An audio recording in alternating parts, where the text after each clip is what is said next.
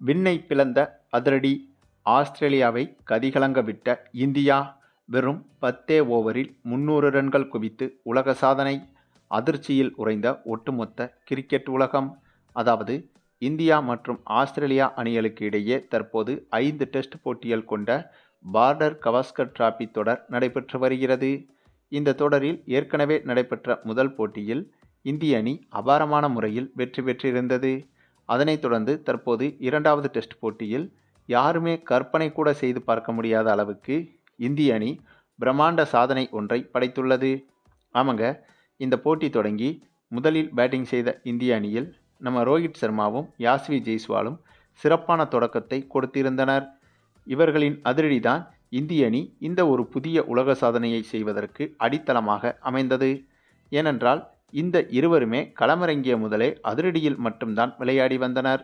சும்மா 1 run 2 run எடுக்காம அடிச்சா 6 இல்லைனா 4 தான், அந்த ரேஞ்சுக்கு தான் இந்த 2 பேரும் விளையாடி வந்தனர். அதன் பிறகு ஒரு கட்டத்தில் 48 ரன்கள் எடுத்திருந்த ஜெய்ஸ்வால் அவுட்டாக அதன் பிறகு திடீரென ஒன் டவுனாக ரிஷப் பண்ட் களமிறங்கினார்.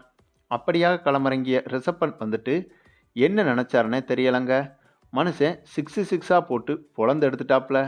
அதாவது நார்மலாகவே இந்த மேட்ச்சில் இவரோட பேட்டிங்கை பார்த்தீங்கன்னா ஹைலைட்ஸ் பார்க்குற மாதிரி தாங்க இருந்துச்சு.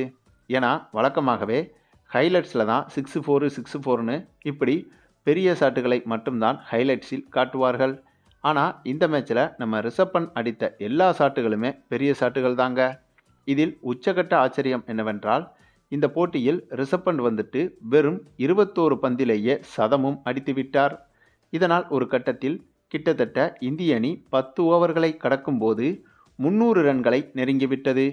எப்படி ஒரு டெஸ்ட் போட்டியில், அதுவும் ஆஸ்திரேலியாவுக்கு எதிராக ஆஸ்திரேலியா மண்ணில் நடைபெற்ற ஒரு டெஸ்ட் போட்டியில் வெறும் 10 ஓவர்களில் கிட்டத்தட்ட 300 ரன்கள் என்பதெல்லாம் சாத்தியமே கிடையாதுங்க.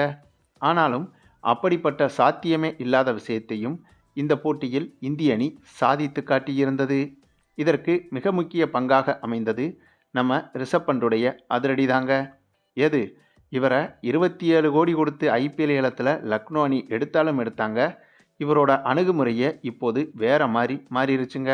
அது மட்டும் இல்லாமல் இந்த மேட்சில் இந்திய அணியின் அதிரடியை பார்த்த ஆஸ்திரேலிய அணியின் நட்சத்திர பவுலர்களான Mitchell Starc, Pat Cummins, Nathan Lyon உள்ளிட்டோர் முதல் 12 ஓவர்களுக்கு பிறகு பந்து வீசுவதற்கே வரவில்லை.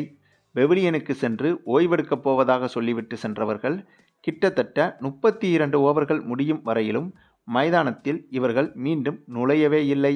அந்தளவுக்கு இந்திய அணி இத்தகைய பவுலர்களை இந்த போட்டியில் காட்டு என்று காட்டிவிட்டனர். சரி, நீங்கள் சொல்லுங்கள், இந்திய அணியின் இப்படிப்பட்ட வெறித்தனமான பர்ஃபார்மன்ஸ்களை பற்றி நீங்கள் என்ன நினைக்கிறீங்கன்னு உங்களுடைய கருத்துக்களையும் கமெண்டில் தெரிவிங்க. மேலும் இந்த வீடியோ பிடிச்சிருந்தா லைக் பண்ணுங்கள், மற்ற அனைவருக்கும் ஷேர் பண்ணுங்கள், மறக்காமல் நம்ம சேனலை சப்ஸ்கிரைப் பண்ணுங்கள்.